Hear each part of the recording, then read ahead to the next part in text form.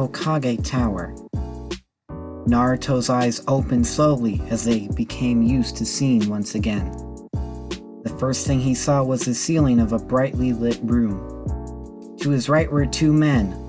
One was wearing a mask in the shape of a dog, symbolizing that he was a member of the Leaf's Anbu Black Ops. He also had gravity-defying, pointed silver hair. Naruto could also barely see a red glow emanating from his left eye. The second was an older man. His face was covered in wrinkles, as well as a dark patch of skin under his left eye. He also had a short white beard. His dark eyes radiated wisdom. He wore a red and white cloak, and on his head was the hat that belonged to the village leader. His name was Hiruzen Sarutobi, the third Hokage. He had taken the position back after the fourth perished during the Nine Tails attack. Naruto, realizing who was in front of him, jerked himself upright on the couch he awoke on. 6 months ago, he was found by the third on the streets. Feeling sorry for the boy, he gave him an apartment to live in, as well as an allowance for food, clothing, and so on. Hey, old man third, where am I? You're in my office. This Anbu beside me found you being beaten by a pair of ninja. He saved you and brought you here. Naruto looked up at the dog-masked Anbu. You must be really special, since the Uchiha gave you one of their Sharingan. Thanks for saving me. The two adults glanced at each other. How do you know about the Sharingan? The third asked curiously. Information can be found anywhere, if you listen well enough, Naruto replied, as if he was already an experienced ninja. The third understood. Since the blonde in front of him was hated so much, he must have learned to pay attention to his surroundings early on. So, old man, Naruto said, breaking Hiruzen's thoughts. Since I'm here, can you give me some ninjutsu and taijutsu scrolls, please? I already know all the academy jutsus, except the clone jutsu.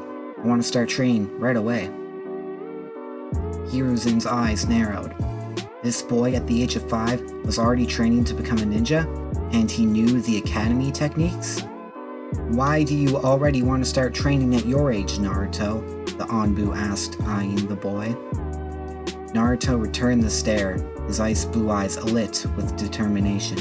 Before, I just wanted to protect myself from the people who think I'm a monster. But now, I want to become strong, so I can bring Madara Uchiha, who released Kurama on the village, to justice. The third's eyes widened with fear. If what he was thinking was correct, Naruto was in danger. He grabbed Naruto's arms, pulling him close. Whatever you do, Naruto, never talk to the fox again. You hear me? Naruto pushed the Hokage's hand away, replying, Why? The furball and I are friends. He's the one who told me about Madara. He said that Madara used a genjutsu on him and forced him out of his previous Jinchuriki. The dog Anbu and Hokage were shocked. The new revelations they had heard from the boy's mouth seemed almost impossible. The silver-haired Anbu was skeptical. Granted, he had not fought Nine Tails before. He believed it was a mindless creature that was unable to be controlled by genjutsu alone. Hashirama Senju and Madara Uchiha were the only known ninja to control the tailed beasts without being their jailer. But the first Hokage killed Madara many years ago, making it impossible for him to be alive 5 years ago, let alone now. Hiruzen, on the other hand, could tell that Naruto was not lying about what he said, meaning that it had to be true, or just a lie created by the fox. If you want, I can have Kurama tell you himself, Naruto said, trying to convince the adults. You can do that? The two said at once. Naruto nodded. He then closed his eyes for a moment. Once he opened them again, his blue eyes were gone, replaced with blood-red orbs with slits running down the middle. Naruto's whiskers also became more defined. The boy began to speak with the voice of Kurama. Hokage, everything the brat said is true. I only recently broke free of Madara's genjutsu. I have no memories of my rampage 5 years ago.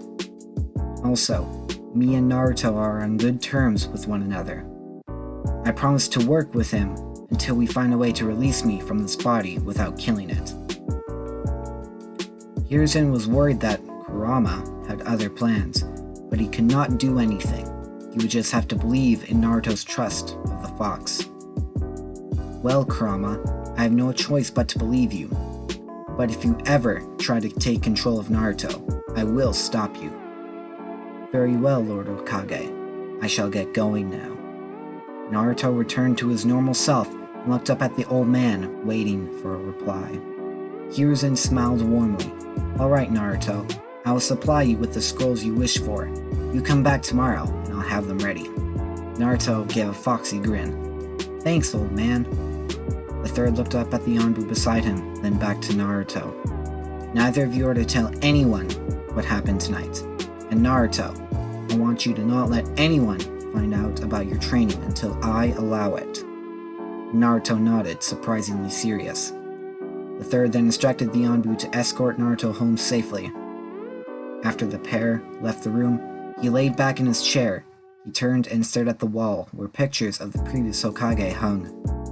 He could already see Naruto taking a spot beside the fourth. You are just like your father, Naruto, and I'm sure you will become a ninja that exceeds everyone's expectations.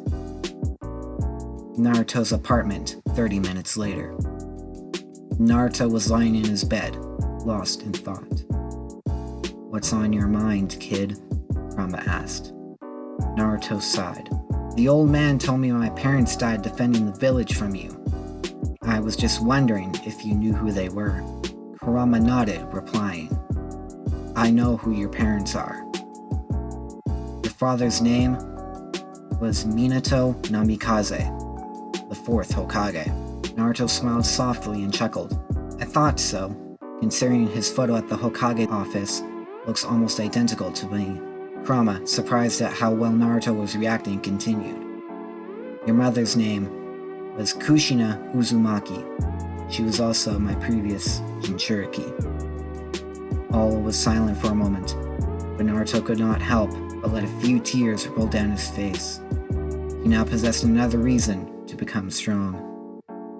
I will become Hokage and carry on your legacy. I hope you are watching me, Mom and Dad. I promise I will make you proud.